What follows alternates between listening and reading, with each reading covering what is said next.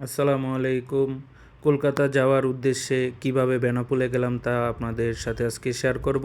মাওয়া Khanbari plaza থেকে বাসে উঠলাম। ফরিদপুর ভাঙা হয়ে ভাঙার সুন্দর রাস্তা দেখতে দেখতে চলে গেলাম। মাঝখানে যাত্রা বিরতি ছিল। যাত্রা বিরতির পরে আবার বাস তার নিজ গন্তব্যে যাচ্ছিল।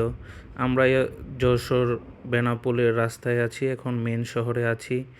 মেন শহর থেকে কিছুক্ষণের মধ্যেই আমরা বেনাপোলে পৌঁছে যাব। বেনাপোলে পৌঁছে গেছি আমরা 4টার দিকে, ভোর 4টার দিকে।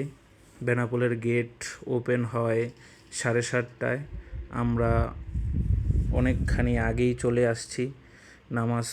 নামাজ পড়লাম। এরপর আমরা সময়ের আগে চলে আসার কারণে দীর্ঘক্ষণ দাঁড়িয়ে থাকা হয়েছে। আমাদের বেনাপোল গেট খোলার সময় 7:30। আমরা 4টার দিকে পৌঁছে গেছিলাম ওই জায়গায়।